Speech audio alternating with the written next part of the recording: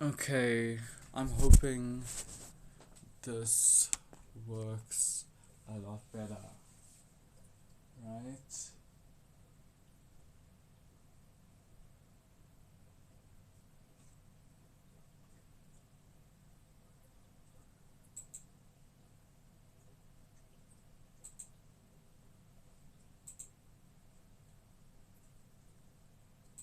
Okay, I am live. Okay, perfect. Okay, we've got 48 followers. Okay, so we're doing Percy Jackson and the Lightning Thief by Rick Riordan. Um, this is gonna be a series of Percy Jackson. Why did this happen? This happened because I finished Percy Jackson and the Sea of Monsters, the Disney Plus series, and it was very good. As a Percy Jackson fan, I enjoyed it, you know. But now we continue. Okay, so we're reading the book. I would give like a whole spiel. Maybe. Okay. Um, what do I want to cover? I started reading Percy Jackson in primary school. Loved it. Um, I think I used to get it from the library, if I'm not mistaken. It was near the Beast Quest. And then grew into it. Love it, still love it. I'm a huge lover of Greek mythology in general. If you want a Iliad slash Odyssey reading from Homer, that's that's also an option. But um, basically, I wanted to celebrate it by rereading all of my Percy Jackson books. Um, so that is going to be all of the Percy Jackson series. I'm not gonna read a Lost Hero. I and then I'm gonna read the rest of the Heroes of Olympus.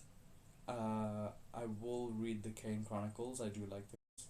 I will read Magnus Chase. Like Magnus Chase. I think I have all the Magnus. We'll read. We'll read all of Trials of Apollo. I do love Trials of Apollo. Okay, so published 2013. Yeah. Okay. Let's go through some acknowledgements. Without the assistance of numerous valiant helpers, I would have been slain by monsters many times over as I endeavored to bring the story to print. Thanks to my elder son, Haley Michael, who heard the story first, my younger son, Patrick John, who at the age of 6 is the level headed one in the family, and my wife, Becky, who puts up with many long hours at Camp Half Blood. So he'd be talking about it in his household. Um, Thanks also to the cadre of middle school beta testers, Trevor Stoll, clever and quick as Hermes, Cece Kellogg, beloved as Athena, Alison Bauer, clear-eyed as Artemis, the Huntress, and Mrs. Margaret Floyd, the wise and kindly seer of middle school English. My appreciation also to Professor Egbert J. Backer, classicist extraordinaire, Nancy Galt, agent summa cum laude, Jonathan Burnham, Jennifer Besser, and Sarah Hughes for believing in Percy. Okay. One thing I do love about Percy Jackson is the chapters are always great, so I'm not going to read them now. I'm going to read them as they come up. I'm probably only going to do 2-3 chapters now because technically I'm on break, right? Chapter 1. I accidentally vaporized my pre-algebra teacher. Look, I didn't want to be a half-blood. If you're reading this because you think you might be one, my advice is close this book right now. Believe whatever lie your mom or dad told you about your birth and try to lead a normal life. being a half-blood is dangerous. It's scary. Most of the time it gets you killed in painful, nasty ways. If you're a normal kid, reading this because you think it's fiction, great. Read on. I envy you for being able to believe that none of this ever happened. But if you recognize yourself in these pages, if you feel something stirring inside, stop reading immediately. You might be one of us. And once you know that, it's only a matter of time before they sense it too. And they'll come for you. Don't say I didn't warn you. Okay, already. Don't unnamed narrator in the first paragraph, right? Great way to sort of Percy Jackson, because he is kinda like, we don't know him. I like that. Okay.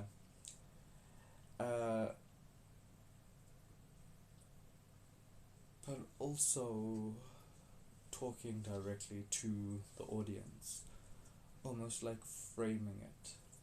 Right. My name is Percy Jackson. I'm 12 years old. Until a few months ago, I was a boarding student at Yancey Academy, a private school for troubled kids in upstate New York. Am I a troubled kid? Yeah, you could say that. I could start at any point in my short, miserable life to prove it, but things really started going bad last May, when our 6th grade class took a field trip to Manhattan. 28 mental case kids and 2 teachers on a yellow school bus, heading to the Metropolitan Museum of Art to look at ancient Greek and Roman stuff. I know, it sounds like torture. I disagree, Percy. Most Yancey field trips were, but okay, maybe in the context of the mentally ill kids. But I would still disagree with that. Maybe they, yeah.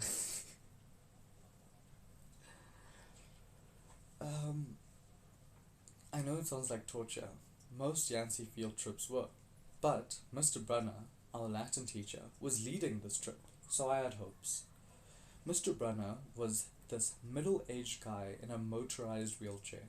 He had thinning hair and a scruffy beard and a frayed tweed jacket, which always smelled like coffee. You wouldn't think he'd be cool, but he told stories and jokes and let us play games in class. He also had this awesome collection of Roman armor and weapons, so he was the only teacher whose class didn't put me to sleep. I hoped the trip would be okay. At least, I hoped that, for once, I wouldn't get in trouble. Boy, was I wrong. See, bad things happen to me on field trips. Like, at my 5th grade school, we went to Saratoga Battlefield. I had this accident with a Revolutionary War cannon. I wasn't aiming for the school bus, but of course, I got expelled anyway. And before that, at my 4th grade school, when we took a behind-the-scenes tour of the Marine World Shark Pool, I sort of hit the wrong lever on the catwalk, and our class took an unplanned swim. And the time before that, well, you get the idea. Okay. Mr. Brunner, less said about that for now, the better, right? But definitely somebody Percy, even at the age of 12, is warming up to, right? Not enough said. Move on. Bro is a problem. You gotta look and understand, in my opinion. In my version of mental illness, you have to look and understand before you touch. Once you look and understand, and if you have a good enough understanding of it, for sure. And I'm sure Percy thought the same, actually, when he touched the cannon, and then kickstarted some things.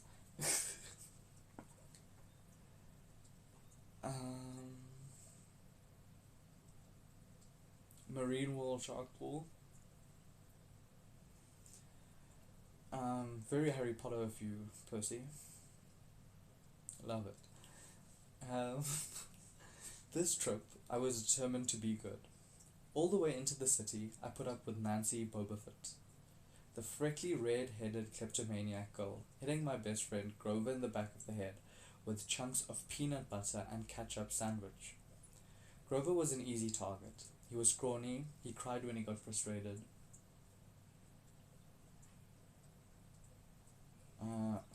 He cried when he got frustrated. He must have been held back several grades because he was the only 6th grader with acne and the start of a wispy beard on his chin. Okay, so Grover is sticking out in this group, right? In this group, and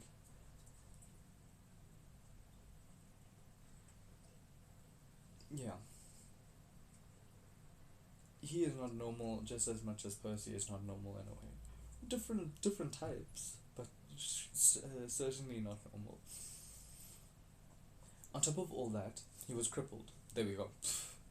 Right? In any context, that is not part of, that's not a majority of the population type deal. Physically, I guess. He had a note excusing him from PE for the rest of his life because he had some kind of muscular disease in his legs. He walked funny, like every step hurt him, but don't let that fool you. You should have seen him run when it was enchilada day in the cafeteria. Grover loves enchiladas, right? Can run, has a muscle issue, right? Allegedly. Anyway, Bobofit was throwing wads of sandwich that stuck in his curly brown hair, and she knew I couldn't do anything back to her because I was already on probation. The headmaster had threatened me with a death by in-school suspension if anything bad, embarrassing, or even mildly entertaining happened on this trip. Why? Why, as an educationist, if we think about pedagogy, whatever way you want to say it, why are we trying to eliminate entertainment? Not entertainment for the sake of entertainment, but entertainment in general, you know? It's a field trip. Grover tried to calm me down. It's okay. I like peanut butter. Placating. He dodged another piece of Nancy's lunch. That's it. I started to get up, but Grover pulled me back to my seat. You're already on probation, he reminded me. You know who'll get blamed if anything happens. Looking back on it, I wish I'd decked Nancy Bobofit. Right then and there. In-school suspension would have been nothing compared to the mess I was about to get myself into. Placating. Don't worry, don't get yourself into trouble, bro. Okay. Mr. Brenner led the museum tour. He rode up front in his wheelchair, guiding us through the big, echoey galleries past marble statues and glass cases, full of really old and orange pottery. It blew my mind that this stuff had survived for 3,000 years. He gathered us around a 4-meter tall stone column with a big sphinx at the top and started telling us how it was a grave marker, a stele or a stele, for a girl about our age. He told us about the carvings on the sides.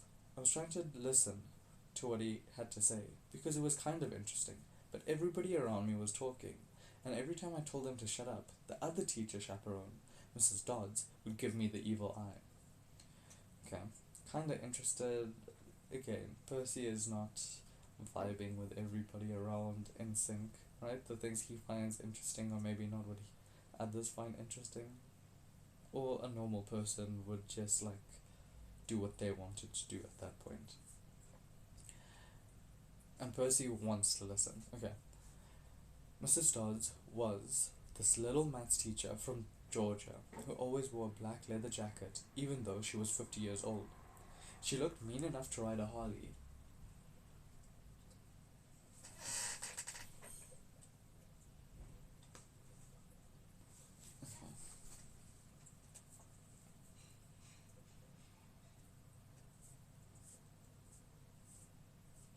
Oh, sorry.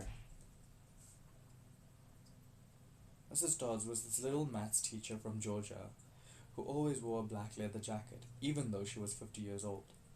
She looked mean enough to ride a Harley, right into your locker. She had come to Yancey halfway through the year when our last maths teacher had a nervous breakdown. From her first day, Mrs. Dodds loved Nancy Bobofit, and figured I was devil spawn.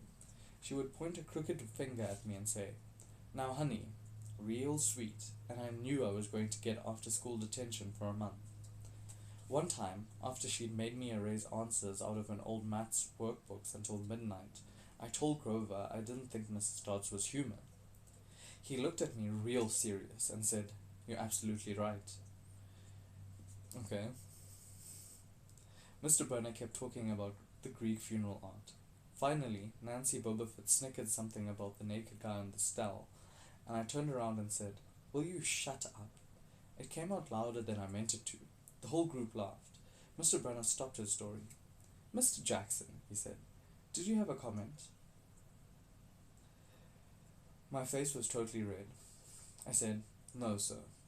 Mr. Brenner pointed to one of the pictures on the steel. "Perhaps you'll tell us what this picture represents." I looked at the carving and felt a flush of relief because I actually recognized it. That's Kronos eating his kids, right? Foreshadowing. "Yes," Mr. Brenner said, obviously not satisfied. And he did this because, well, I racked my brain to remember. Kronos was the king god and god, Mr. Brenner asked. Titan, I corrected myself. And he didn't trust his kids, who were the gods. So, Kronos ate them, right? But his wife hid baby Zeus and gave Kronos a rock to eat instead. And later, when Zeus grew up, he tricked his dad, Kronos, into barfing up his brothers and sisters. "Ew," said one of the girls behind me. And so there was this big fight between the gods and the Titans, I continued. And the gods won. Some snickers from the group. Behind me, Nancy Bobofit mumbled to a friend, "Like we're gonna use this in real life. Like it's gonna say on our job applications. Please explain why Kronos ate his kids." "And why, Mr. Jackson," Brenner said. To paraphrase Miss Bobofit's excellent question, "does this matter in real life?" "Bastard," Grover muttered. "Shut up, Nancy." Shut up, Nancy hissed, her face even brighter than her hair. Red hair. At least Nancy got in trouble too.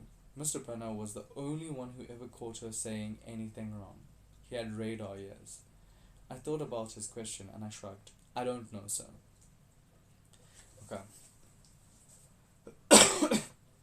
Percy. Mr. Brenner, alias Mr. Stotts. Nancy. Bobofis. Grover. Right? Percy Grover connecting both sore thumbs. Percy appreciating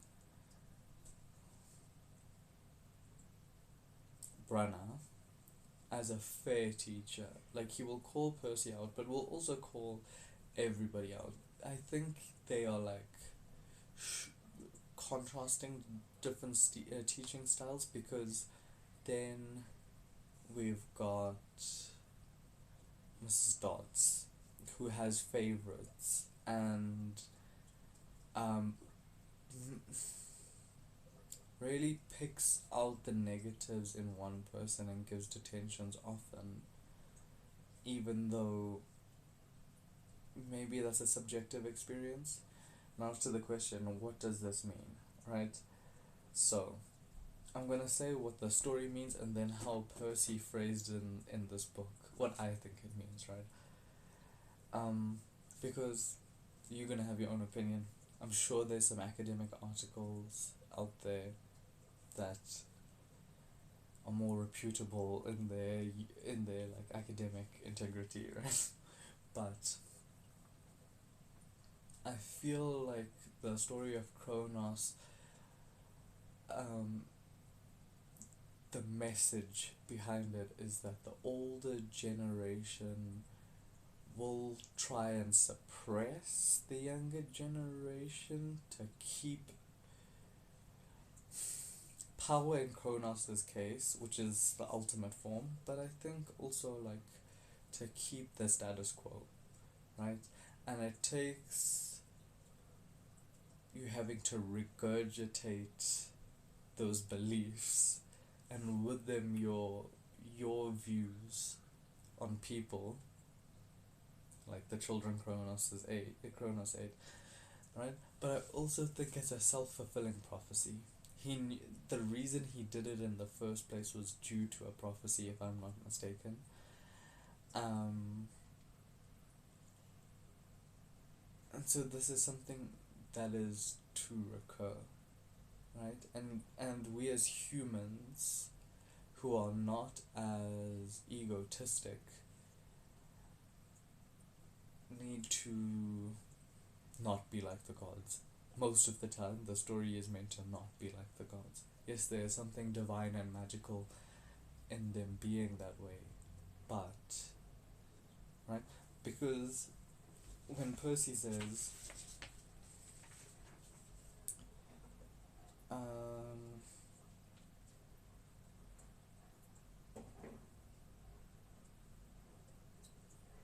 Kronos was the king god, right? God, Titan, right? In Percy's head, these are very similar concepts. They are just one generation and another, the Titans and the gods.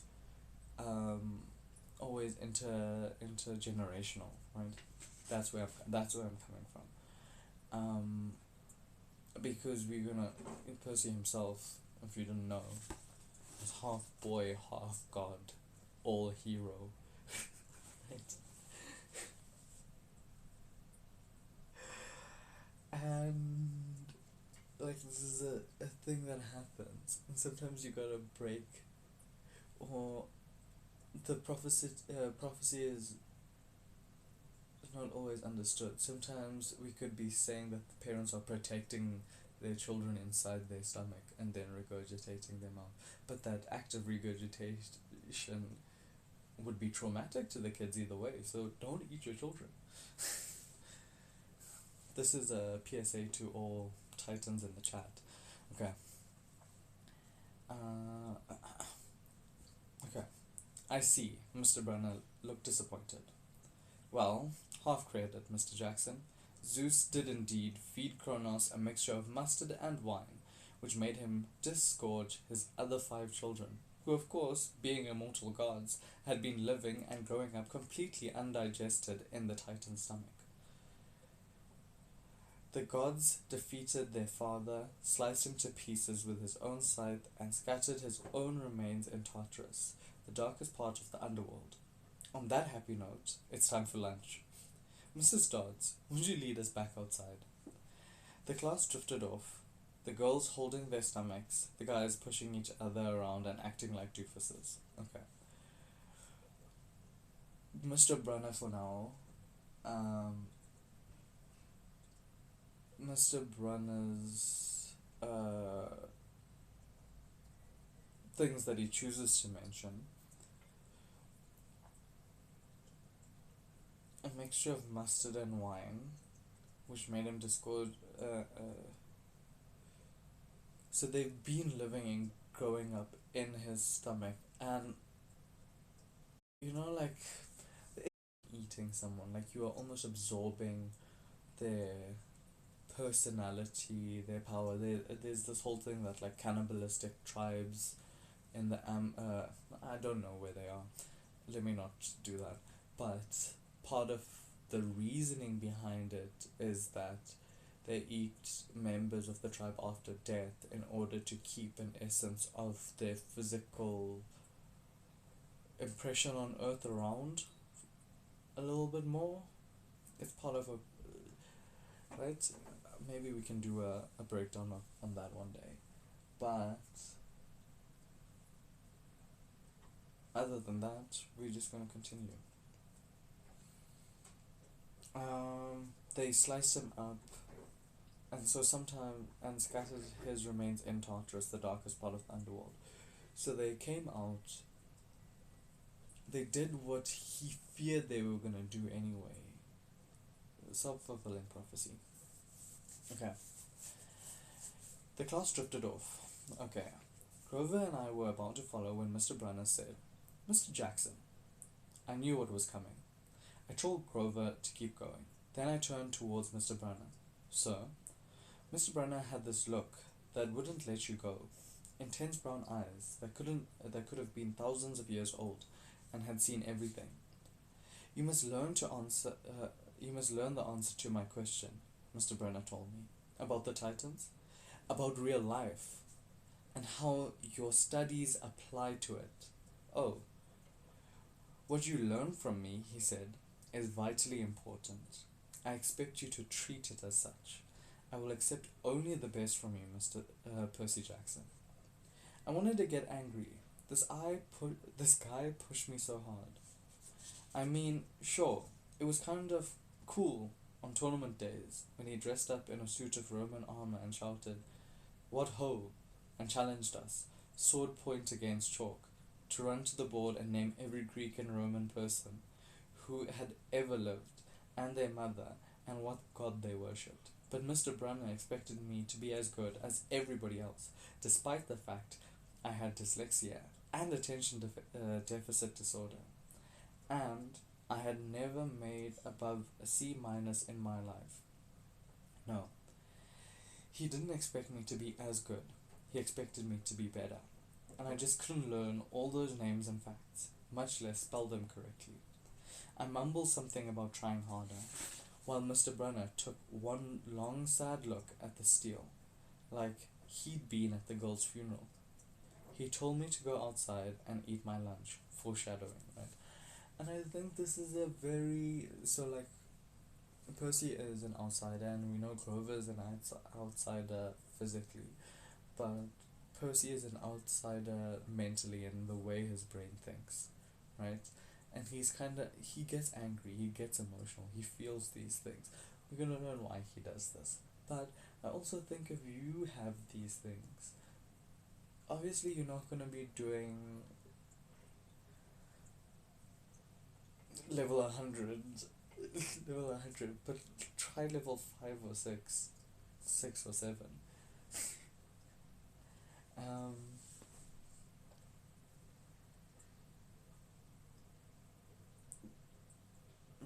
the class gathered on the front steps of the museum, where we could watch the foot traffic along Fifth Avenue. Overhead, a huge storm was brewing, with clouds blacker than I'd ever seen over the city. I figured maybe it was global warming or something. Love that, Percy, you thinking about it. Because the weather all across New York State has been weird since Christmas. Okay, since Christmas, the weather has been weird in New York. Make a note.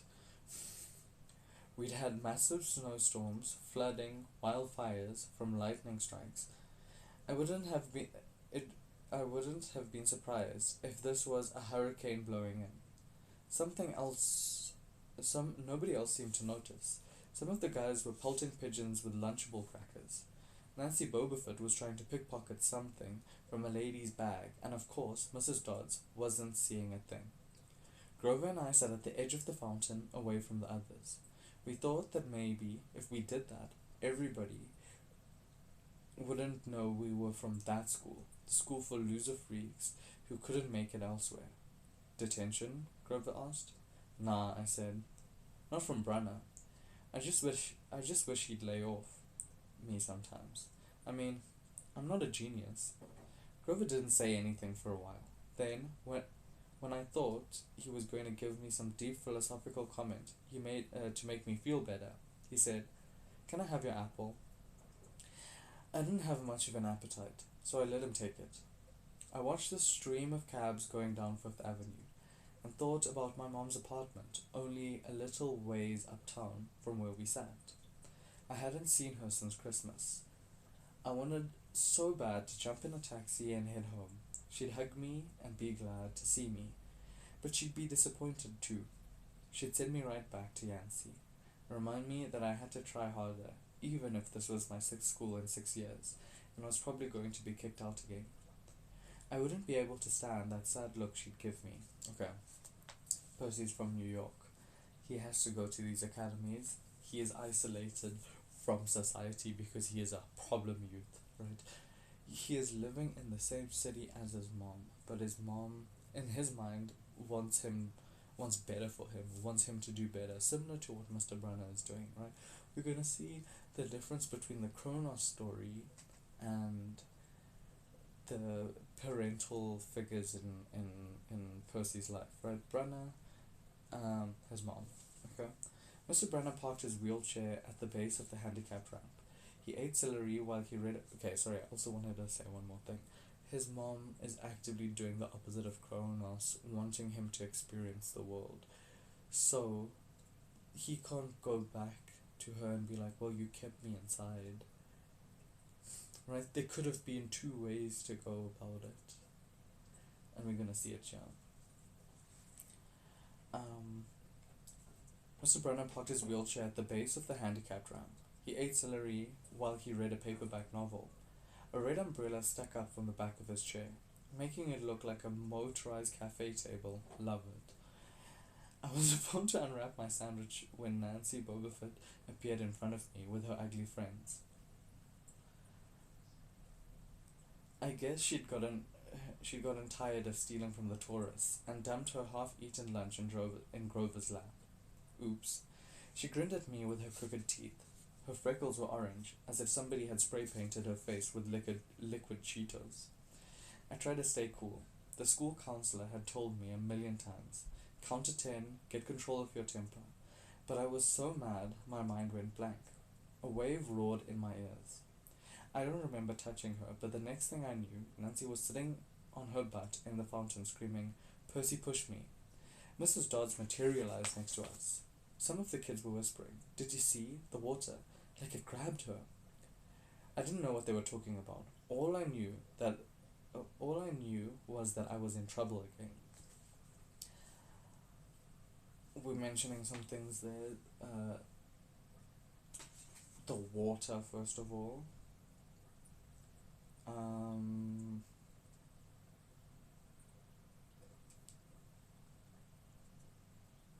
The water. I think the anger issues is also like the ADD. Maybe misdiagnosed. I mean, there is some spiritual. Like, we can go into how Carl Jung and Hermetics and etc. etc. and etc. But for now, we've got Uncle Rick, and Uncle Rick is great at. I was thinking about this. He's great as a teacher. He's great at writing to children who are in school and maybe misunderstood by the conventional education being taught. Sometimes they just want to go on an adventure. Yeah. Okay.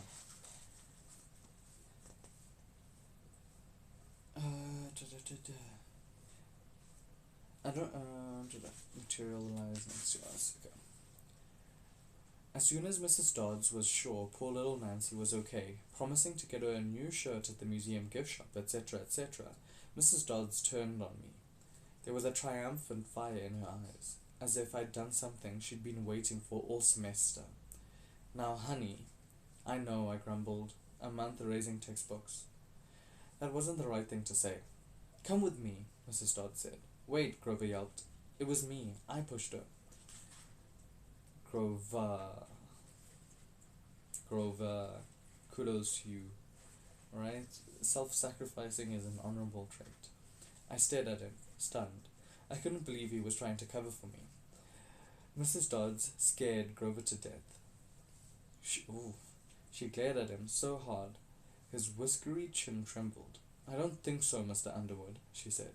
"But you will stay here." Grover looked at me desperately. "It's okay, man," I told him. "Thanks for trying." "Honey," Mrs. Dodds barked at me. "Now." Nancy Bobofit smirked.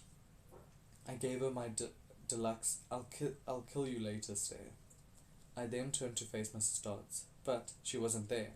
She was standing at the museum entrance, way at the top of the steps, gesturing impatiently at me to come on. How'd she get there so fast? I have moments like that a lot, where my brain falls asleep or something, and the next thing I know, I've missed something. Object permanence, for real. People permanence, thought permanence. And the next thing I know, I've missed something. As if the puzzle piece fell out of the universe and left me staring at the blank place behind it. The school counselor told me this was part of the ADHD. My brain misinterpreting things. I wasn't so sure. I went after Mrs. Dodds. Halfway up the steps, I glanced back at Grover. He was looking pale, cutting his eyes between me and Mr. Brunner, like he wanted Mr. Brunner to notice what was going on. But Mr. Brunner was absorbed in his novel. Now, why does he want Mr. Brunner to notice? I looked back up. Mrs. Dodds had disappeared again. She was now inside the building, at the end of the entrance hall. Okay, I thought. She's going to make me buy a new shirt for Nancy at the gift shop. But apparently, that wasn't the plan. I followed her deeper into the museum. When I finally caught up to her, we were we were back in the Greek and Roman section. Except for us, the gallery was empty. Mrs. Dodds stood with her arms crossed in front of a big marble frieze of the Greek gods. She was making this weird noise in her throat, like growling. Why would Mrs. Dodds be growling at the Greek gods? Even without the noise, I would have been nervous. It's weird being alone with a teacher, especially Mrs. Dodds. Something about the way she looked at the frieze, as if she wanted to pulverize it. Okay, that's the ADHD coming in, but maybe Percy, you're not so wrong. You've been giving us problems, honey, she said. I did the safe thing, I said. Yes, ma'am. I did the safe thing. I said, yes, ma'am. She tugged on the cuffs of her leather jacket. Did you really think you were going to get away with it? The look in her eyes was beyond mad. It was evil. She's a teacher, I thought nervously. It's not like she's going to hurt me. I said, it's a very great commentary, Percy Jackson. Physically, mentally, I said, I'll try harder, ma'am. Thunder shook the building. We are not fools, Percy Jackson, Mrs. Dodd said. It was only a matter of time before we found you out. Confess, and you will suffer less pain. I didn't know what she was talking about. All I could think of was that the teachers must have found the illegal stash of candy I'd been selling out of my dorm room. Or maybe they'd realize I got my essay on Tom Sawyer from the internet without even reading the book, and now they were going to take away my grade. Or worse, they were going to make me read the book. Well, she demanded. Ma'am, your time is up, she hissed. Then, the weirdest thing happened. Her eyes began to glow like barbecue coals. Her fingers stretched, turning into talons. Her jacket melted into large, leathery wings. She wasn't human.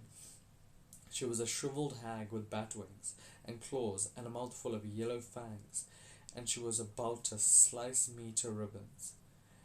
Then, things got even stranger. Mr. Brunner, who'd been in front of the museum a minute before, wheeled his chair into the doorway of the gallery, holding a pen in his hand. What ho, Percy, he shouted, and tossed the pen through the air. Mrs. Dodds lunged at me. With a yelp, I dodged and felt the talons slash the air next to my ear. I snatched the ballpoint pen out of the air, but when it hit my hand, it wasn't a pen anymore. It was a sword.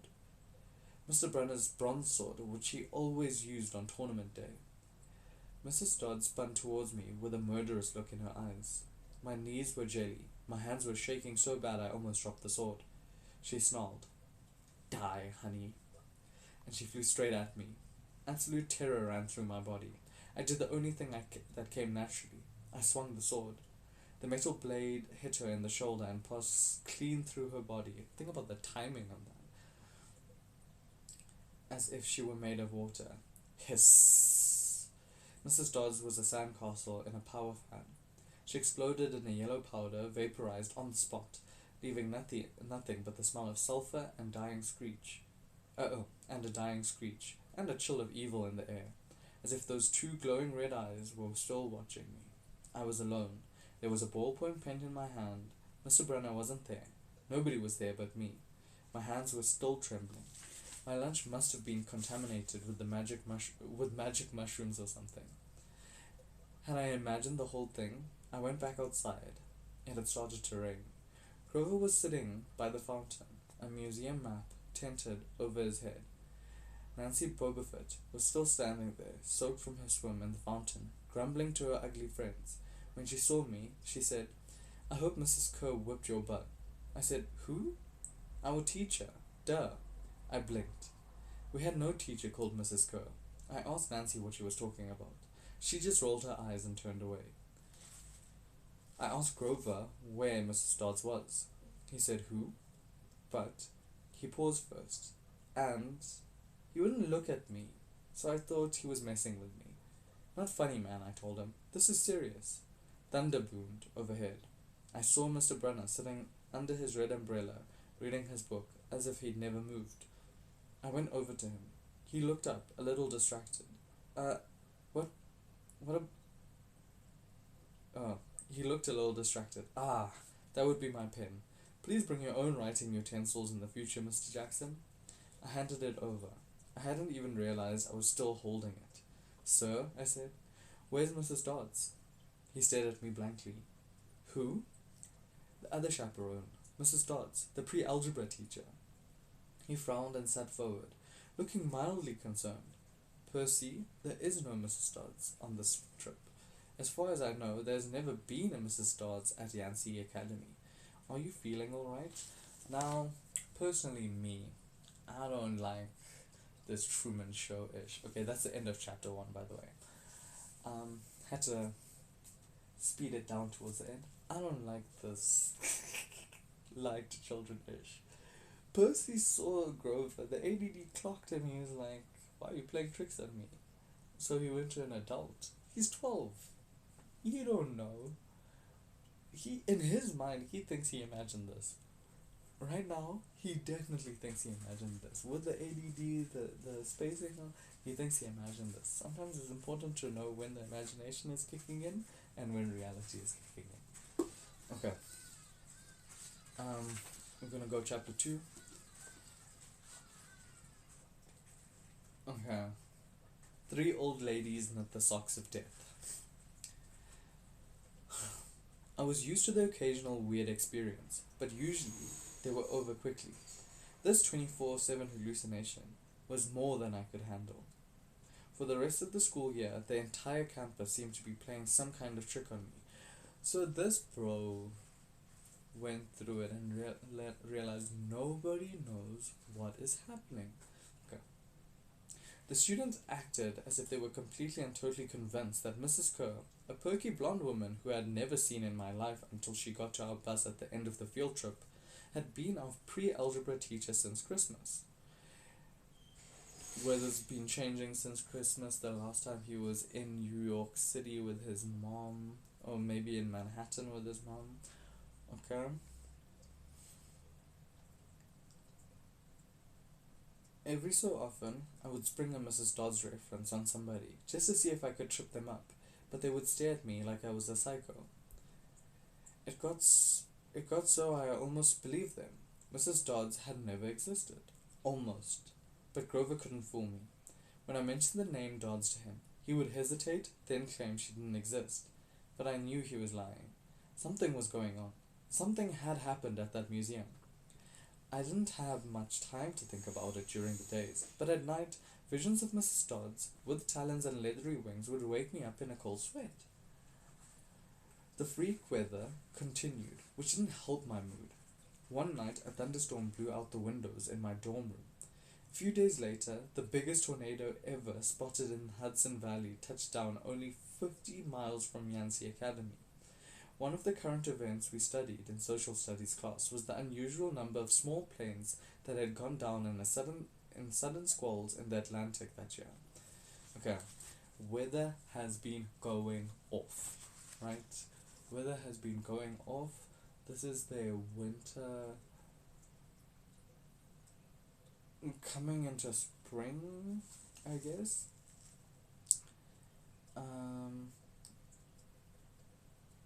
Grover can't be lying. Grover is definitely a bad liar, and a bad liar to his friend. You know what I mean?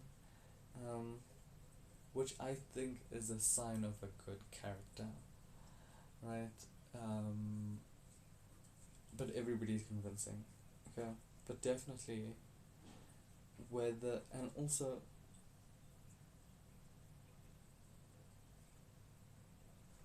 notice how he said one night the thunderstorm blew out the windows in my dorm room. Okay, I guess it depends how the dorm room works. Okay. I started feeling cranky and irritable most of the time. My grades slipped from D's to F's. I got into more fights with Nancy Bobofet and her friends. I was sent out into the hallway in almost every class.